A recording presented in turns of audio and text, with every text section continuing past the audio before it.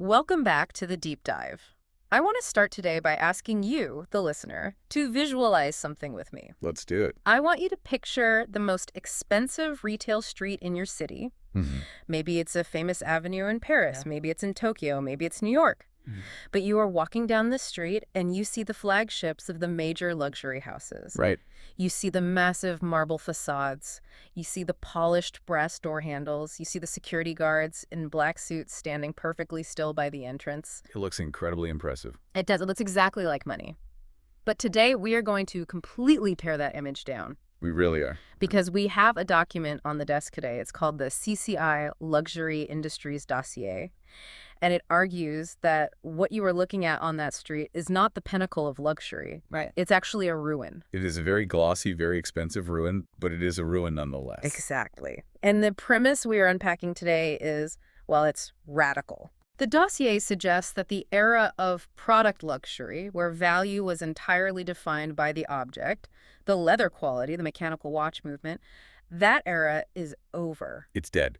We are entering a entirely new phase. And the dossier calls this new phase the cultural operating system. It's a fundamental pivot.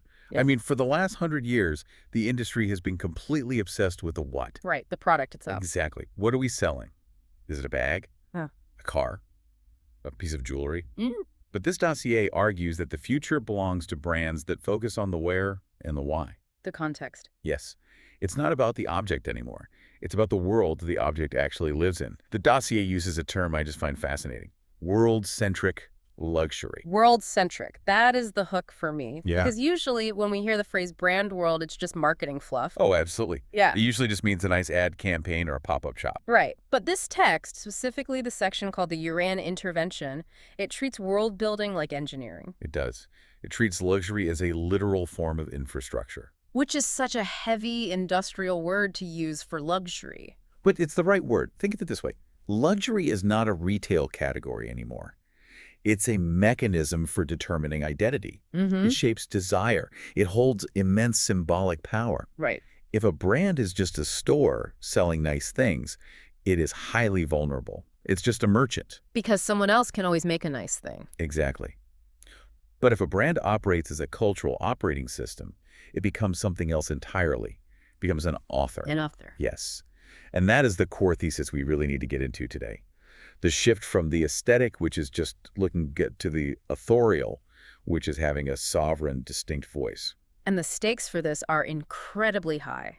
The dossier says explicitly that brands that fail to make this shift will become irrelevant regardless of their heritage. That is a brutal reality check for a lot of companies. You could be 200 years old. You could have supplied the royal courts of Europe back in the day. Yeah. But if you are just a heritage brand without a cultural operating system, you are obsolete. You essentially become a museum gift shop.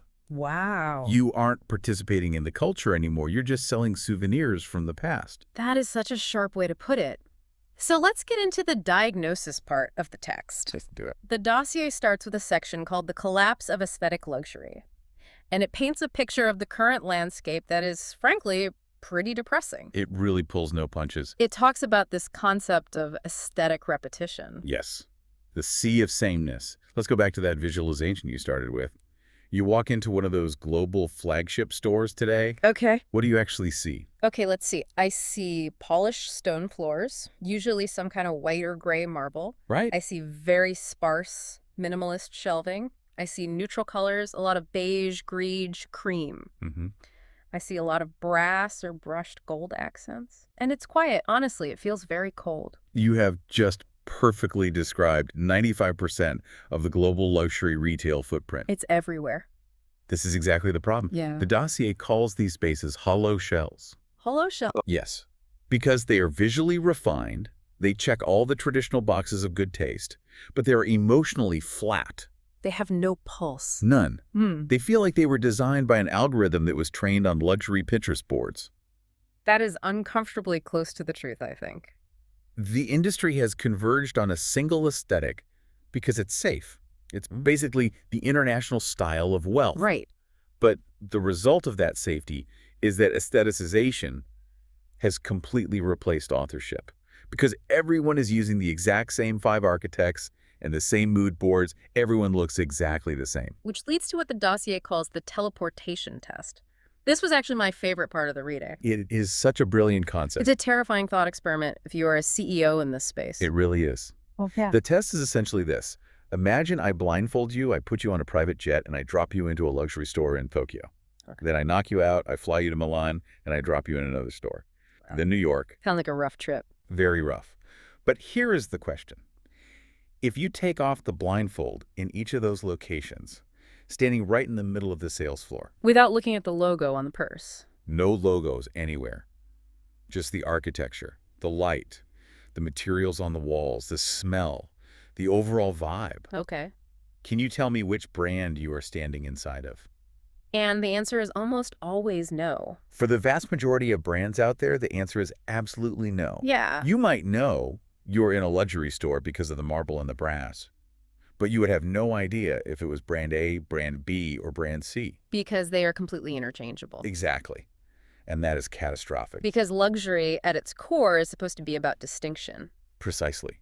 Luxury is the exact opposite of a commodity. Right. A commodity is interchangeable. Sugar is sugar, oil is oil.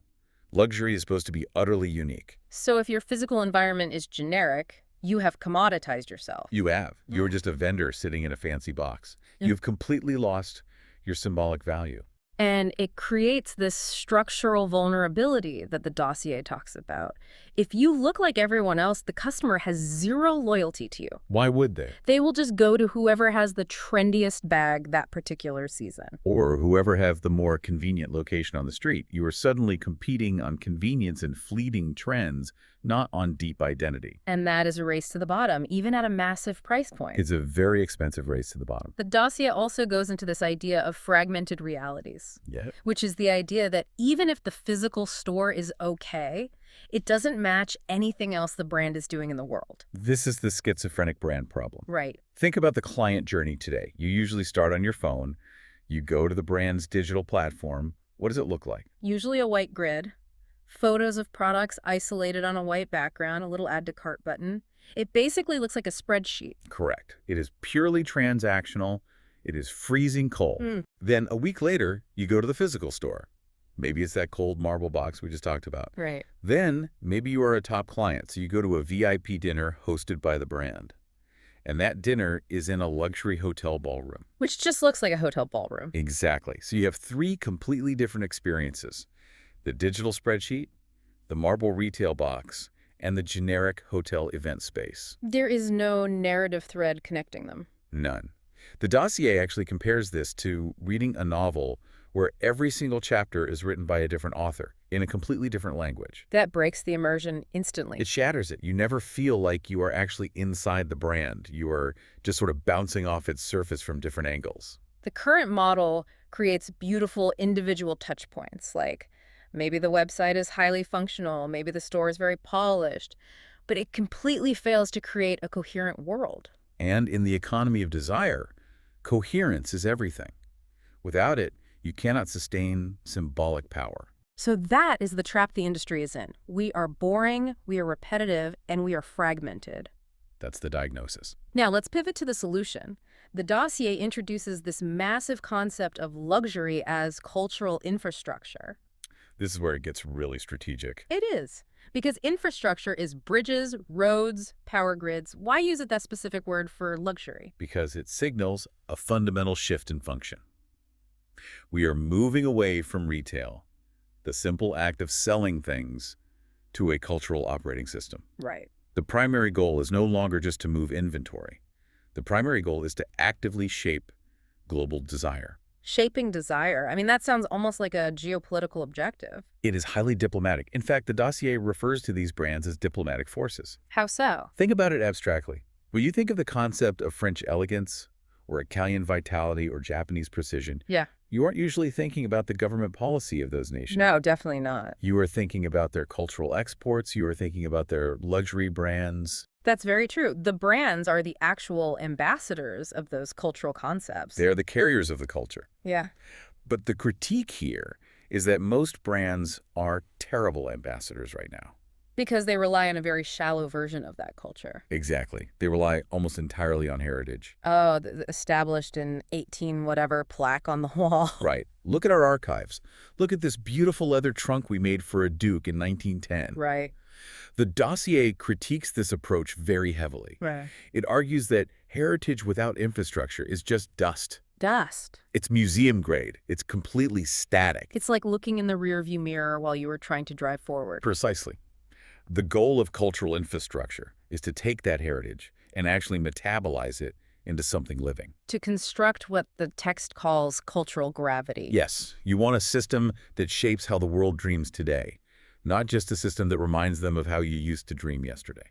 That distinction is so important. So how do we actually build this? That is the big question. The dossier moves from the philosophy into the literal mechanics.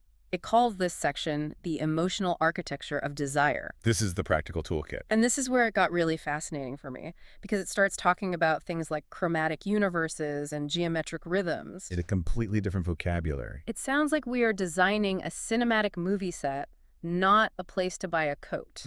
We are designing a set, or rather, we are designing a stage for a highly specific ritual. Okay. The art-driven spatial method described in the dossier is the direct antidote to the generic marble box. Right. It is not about interior decoration. It is about psychological choreography. Psychological choreography. Let's break that down, starting with chromatic universes. Let's do it. Is a chromatic universe just a sophisticated way of saying brand colors? Not at all. And that is a crucial distinction to make. A brand color is just a Pantone code you give to a graphic designer or a printer. Right, like our logo is this exact shade of red. Exactly. But a chromatic universe is an atmospheric condition. An atmospheric condition. It is about the physics of light within a space. It is about the actual temperature of the room. Give me an example of how that changes the feeling for a client. Imagine walking into a space that is completely defined by a deep, resonant indigo. Okay. Not just indigo painted on the walls, but the light itself feels like it is filtered through deep water. Right. It's cool, it's very quiet, it naturally slows your pulse down. You feel subdued. Yes. Now contrast that instantly with a space defined by a warm, amber, almost gold dust kind of light. Like late afternoon sun. Exactly. Like a late afternoon in September.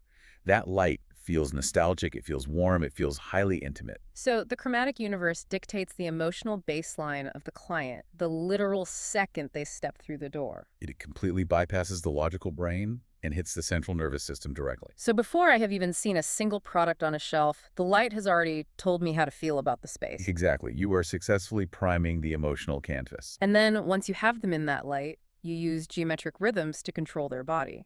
Architecture fundamentally dictates movement. This was the part about controlling walking speed, which I found totally fascinating. It is incredibly powerful when done right. Yeah. If I build a long, narrow corridor with very high ceilings, you will naturally walk faster. You feel a sense of procession, a sense of forward momentum.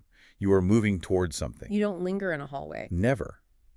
But if I build a rotunda, a perfectly round room with a lower ceiling, You stop. you naturally stop. You pivot. Your body physically slows down. So if you want someone to linger and look at, say, a high-value piece of fine jewelry, you do not put it in the corridor. Never put it in the corridor. You put it in the void of the rotunda. You create a symbolic anchor. That is the third element of the architecture. Right.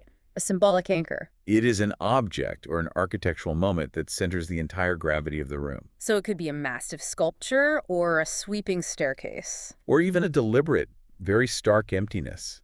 It is a spatial cue that tells the client, stop walking. Pay attention. This specific moment matters. And then there's the concept of emotional gradients, which implies a change over distance within the space. A physical space should never feel exactly the same at the entrance as it does deep in the private fitting room. Right. The gradient is the design transition between those emotional states. How does that look in practice? You usually start with discovery, the public face of the building. Which is brighter, maybe a bit louder, more energetic. Exactly. It's welcoming. Hmm. But as you move deeper into the space, you transition toward intimacy. The environment shifts. The light visibly drops. The acoustics become significantly dampened. The carpet under your feet literally gets thicker. You are physically moving the client from the chaotic public world into a completely private sanctum. It is a deliberate seduction. It really is a seduction. It's a journey from being a stranger on the street to an intimate guest of the house. And the result of all this, the light, the pacing, the anchors, the gradients, the result is what the dossier calls authorship. The space feels like it was dreamt up by a single, highly intelligent mind. It feels incredibly intentional. And that pure intention creates immense value. Because when you walk into a space that has that level of psychological choreography, you respect it instinctively. You naturally lower your voice. You pay much closer attention to your surroundings. Now, the skeptic in me has to ask, Go ahead. who really cares about this? The client cares. But does the average customer actually notice the geometric rhythm, or are they just looking for the price tag on the item? That brings us perfectly to the UHNW shift. The ultra-high net worth client. Yes. Yeah. We have to be clear. This level of strategic world building is not really designed for the person buying a simple keychain once a year. Right. It is designed for the top 1% of the top 1%. The peak of the pyramid. But the dossier points out that the demographic profile of this specific client has drastically changed recently. The new UH&W client. Exactly. They are highly culturally literate, they are globally traveled, and the dossier uses a great phrase. They are symbolically demanding. Symbolically demanding. I really love that phrase. It means they are absolutely not impressed by stuff anymore. Because they already have stuff. They have 3 massive houses full of stuff. They are not impressed by a gold leaf wall or a giant recognizable logo. In fact, they probably find that kind of ostentation a bit tacky now. They strongly reject the generic. They do not want to feel like they are just part of a wealthy mass market. Right. If they walk into a store and it feels like a corporate retail template, They instantly check out mentally. They feel patronized. they think, you are trying to sell me the exact same formula you were selling to thousands of other people? Exactly. They want to be deeply understood, not just sold to. They demand intimacy. They demand intimacy, and they demand cultural intelligence from the brand. They want to align themselves with a sovereign entity that actually has a soul.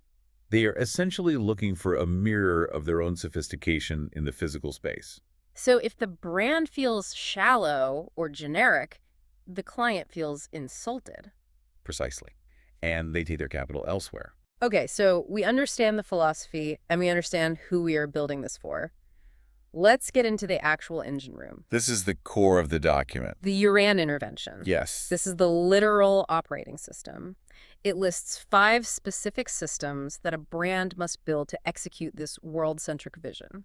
If you are a brand leader reading this dossier, this section is your technical checklist. Let's start with System A, the personalization engine. Okay. Now, we need to be very clear right up front. This is not about monogramming someone's initials onto a wallet. Oh, no. Monogramming is completely trivial at this level. Right. The personalization engine is about the physical environment actively adapting to the emotional state of the client. The dossier introduces this concept of operational modes. Yes.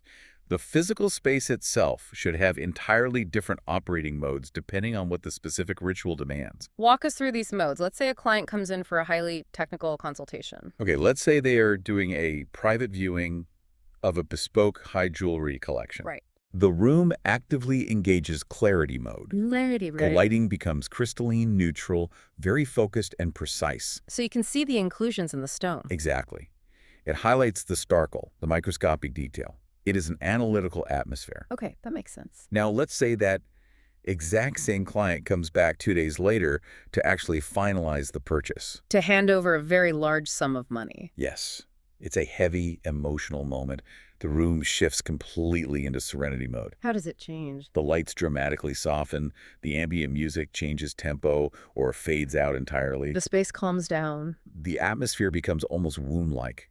It is specifically designed to lower the client's cortisol levels and induce a deep sense of trust. It's psychological management. And what about nocturne mode? Nocturne mode is fascinating. This is for the highly exclusive after-hours client. Okay. The main store is officially closed to the public.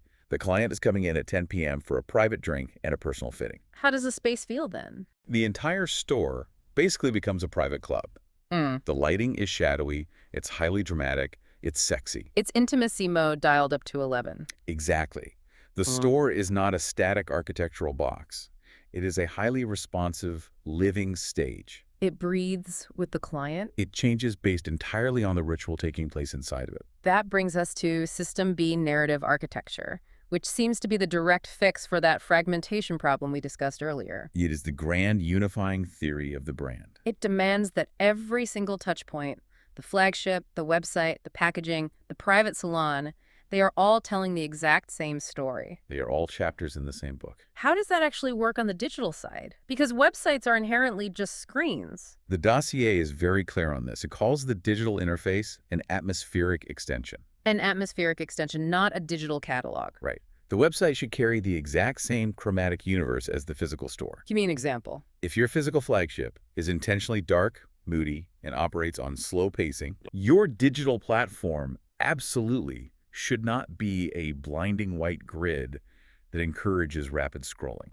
That would cause immediate cognitive dissonance. The pacing of the digital scroll, the visual density of the photography, the way the typography fades in, it should all perfectly mimic the physical rhythm of walking through the store. So when I switch from browsing on the app to walking into the physical boutique, I don't feel like I just landed on a different planet. You are just seamlessly moving through different rooms of the exact same authored house. Okay, moving on to System C, the Art Center. The brain of the operation. It sounds like a corporate department, but the dossier treats it almost like a religious sanctuary. Because it is the most vital component of long-term survival.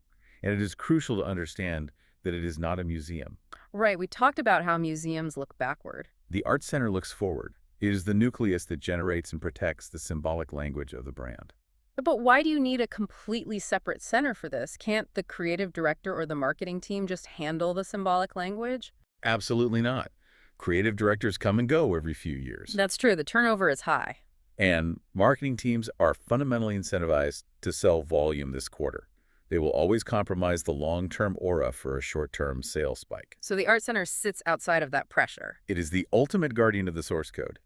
It ensures that as the company scales up, as it opens 50 new locations globally, it doesn't accidentally dilute its soul. It protects the authorship from corporate erosion. It is the brand's immune system against mediocrity. That is a brilliant way to frame it. Okay, System D, the bridges system. This one is all about horizontal expansion. Because true luxury isn't just a physical object you wear. It is an entire ecosystem of living. It is travel, it is hospitality, it is real estate.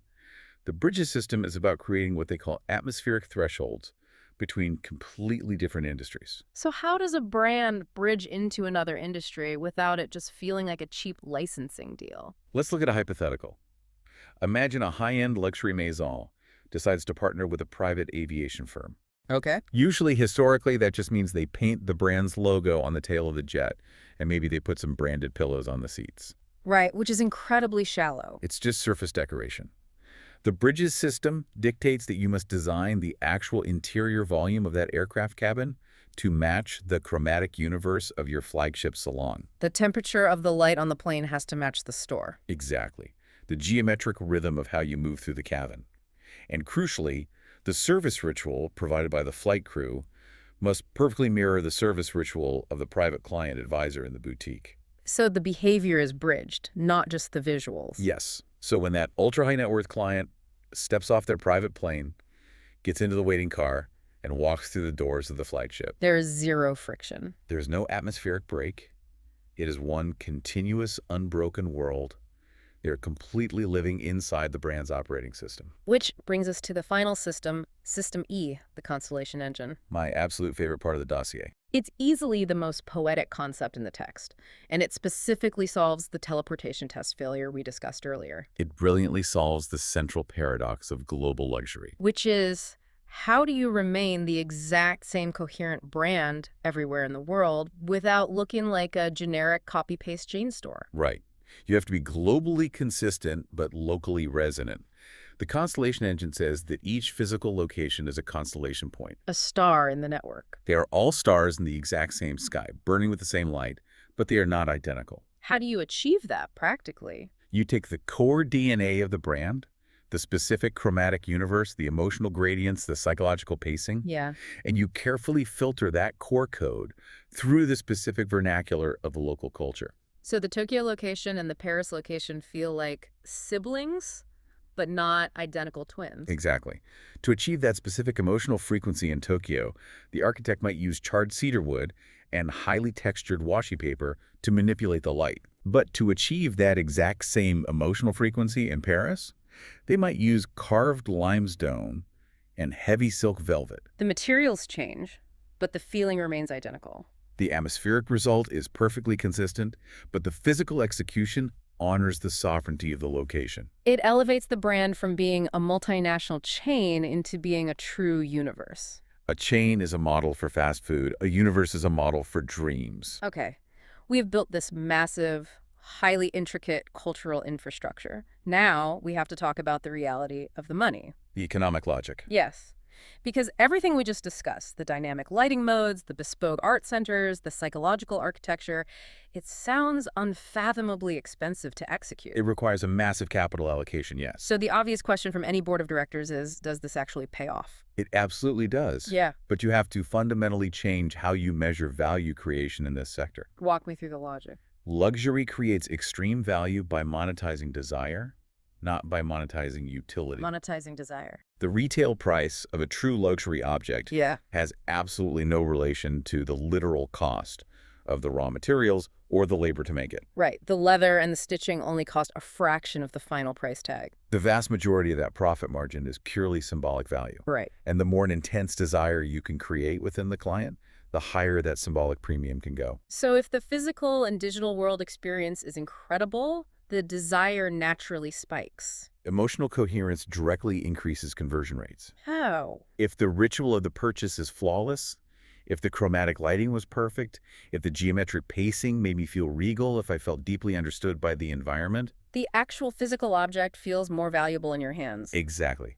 I assign higher value to the item because of the context it was presented in. I am totally willing to pay the premium. Intimacy directly drives price power. It is the ultimate lever for margin expansion.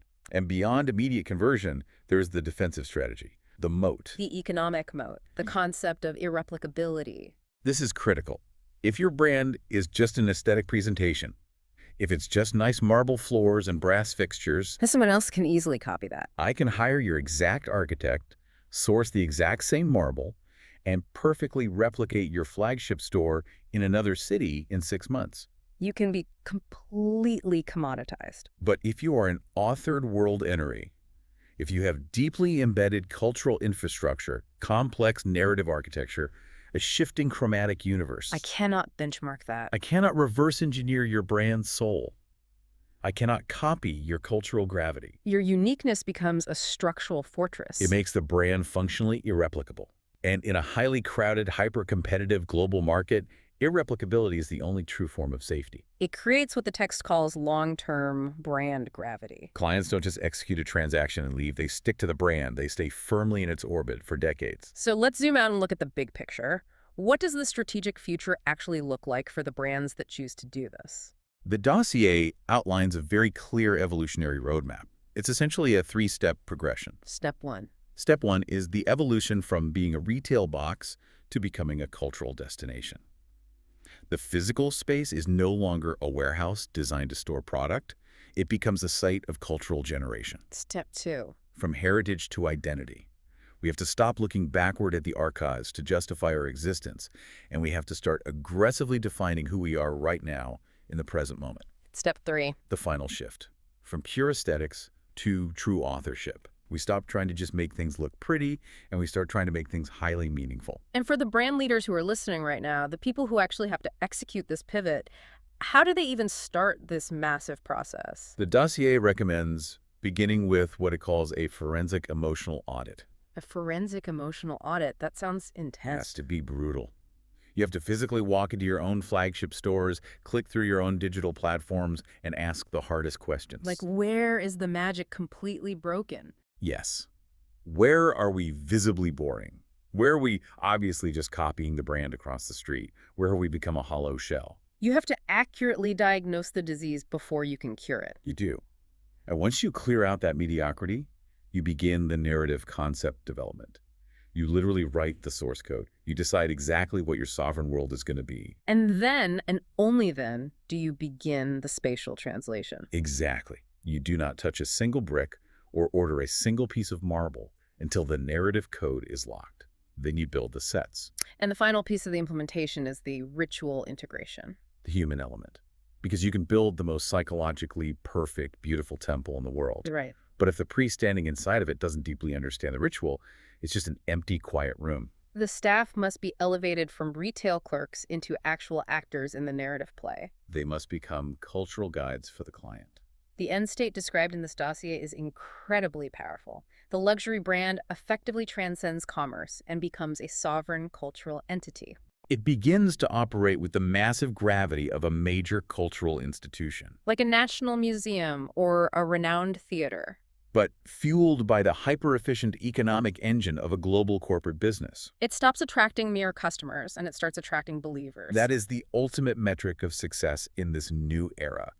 A customer executes a financial transaction. But a believer actually joins a world. Exactly. We have covered a massive amount of conceptual ground today. We really have. We started with the complete collapse of aesthetic luxury, the realization that the beautiful marble box is actually a dead end. The sea of sameness. We saw how the teleportation test brutally exposes the underlying weakness of the entire current industry model. And how cultural infrastructure offers the only viable strategic way out of that trap. We broke down the Uran intervention, the incredible power of chromatic universes, geometric rhythms, and shifting atmospheric modes. We proved that the future of this sector is absolutely not about better interior decoration. It is about engineering deeper psychological meaning. The central realization for me, reading through this dossier, is that the brands that will inevitably dominate the next decade are the ones that have the strategic courage to stop acting like simple retailers. They have to start acting like master world builders. It is a complete, radical shift in the corporate mindset. It truly is.